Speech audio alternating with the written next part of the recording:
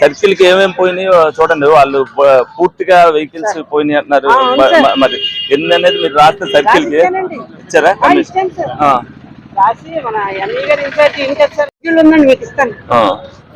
కుట్టారు లేదనేది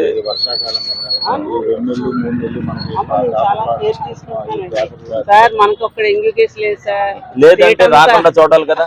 రాకుండా 3 నెలలు అయిన తర్వాత స్టేట్మెంట్ ఇస్తారు. 70, 50, 80 అన్ని ఉన్నాయండి. అవునమ్మా, రాకుండా ఉన్నాక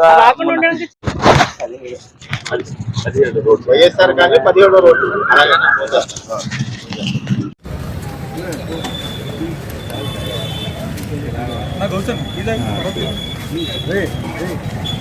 ప్రదీప్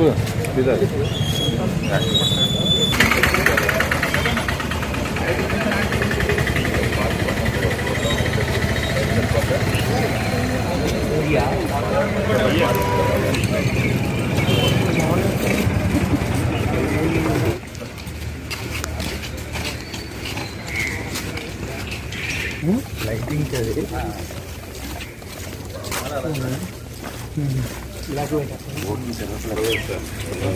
చూద్దామని మరి నిన్న వచ్చారు కంప్లైంట్ సార్. మీరు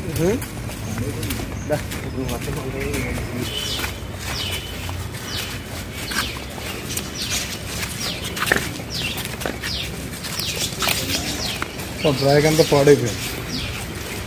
ఈ డ్రాగ్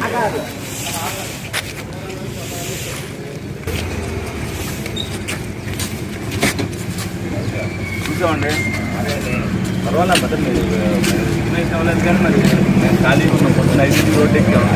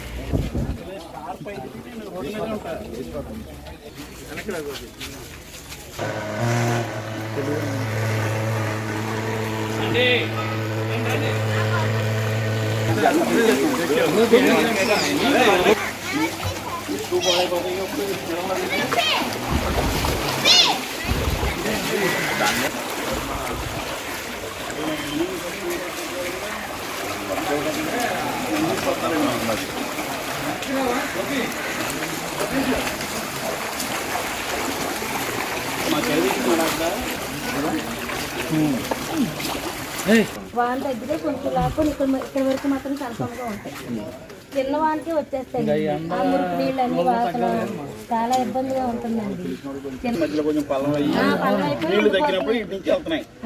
ఎట్టి వెళ్ళే దారి లేదండి. ఎండొస్తే ఆటో లేకపోతే ఉండిపోతున్నాయి. అసలు వెళ్ళం ఎటు చిన్నపాటి వర్షం పడినా సార్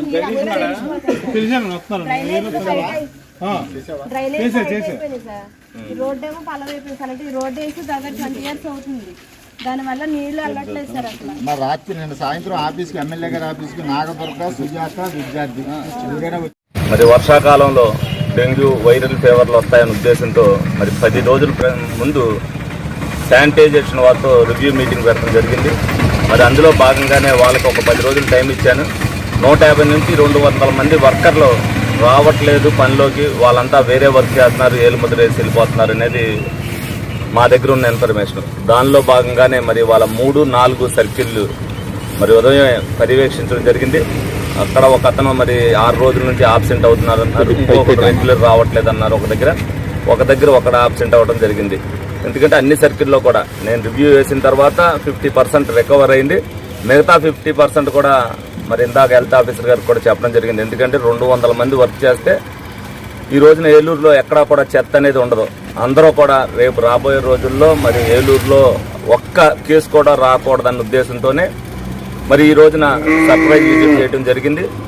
రోజు కూడా రోజు 3 రోజులకు ఒకసారో తప్పనిసరిగా ఈ వర్షాకాలంలో ప్రజలు ఎవరో ఇబ్బంది పడకూడదన్న ఉద్దేశంతో నేనే 5:30 కాడ నుంచి 6:30 వరకు నేను కూడా ఫీల్డ్లోనే ఉంటాను. వాళ్ళు అప్పుడు కూడా శ్రద్ధతో వాళ్ళు చేయాలి. ఎవరో ఒకళ్ళు వర్క్ చేసుకోవడానికి ఏం అభ్యంతరం లేదు. తప్పనిసరిగా చేయలేని వాళ్ళు ఎవరైనా ఉంటే ఒక మనిషినైనా పెట్టి చేయించమని చెప్పి కూడా వాళ్ళకి చెప్పడం జరిగింది. అలాగే మరి నిన్న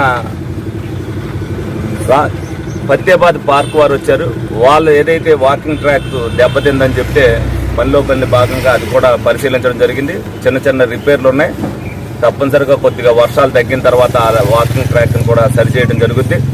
ఏదైనా సరే ఏలూరు ప్రజలు ఏ ఇబ్బంది లేకుండా ఉండాలని ఏదైతే ఎలక్షన్ ముందు హామీ ఇచ్చానో అందులో భాగంగా నేను నిత్యం ప్రజలతోనే ఉంటాను. ప్రజా సమస్యల మీద ఎప్పుడూ కూడా అధికారులతో పనిచేయించడానికి వాళ్ళు స్నేహపూర్వకంగా చేస్తే అన్నీ కూడా అవుతాయి. కాబట్టి వాళ్ళతో మేము కూడా మమేకమై స్నేహపూర్వకంగానే ఉన్నాయి. వాళ్ళతో వెళ్ళి మేము చేయించడానికి మాకు అవకాశం కూడా ఉంటుంది. వాళ్ళు కూడా చెప్పారు వాళ్ళకి సంబంధించిన శానిటైజేషన్ సంబంధించిన ఏదైతే వెహికల్స్ ఉన్నాయో తీసుకెళ్ళడానికి ఆడవాళ్ళు చెప్పారు. వాళ్ళు పార్లు కానీ అలాగే టబ్బులు కానీ అలాగే బళ్ళు తోపుడు బళ్ళు కానీ అవన్నీ కూడా ఎన్ని తగ్గినాయో చెప్పమన్నాను. ఇమీడియట్గా వాళ్ళకి కావాల్సిన సౌకర్యాలు కూడా ఇమీడియట్గా ఏర్పాటు చేయడం జరుగుతుందని సందర్భంగా మీ అందరికి కూడా తెలియజేయడం జరుగుతుంది.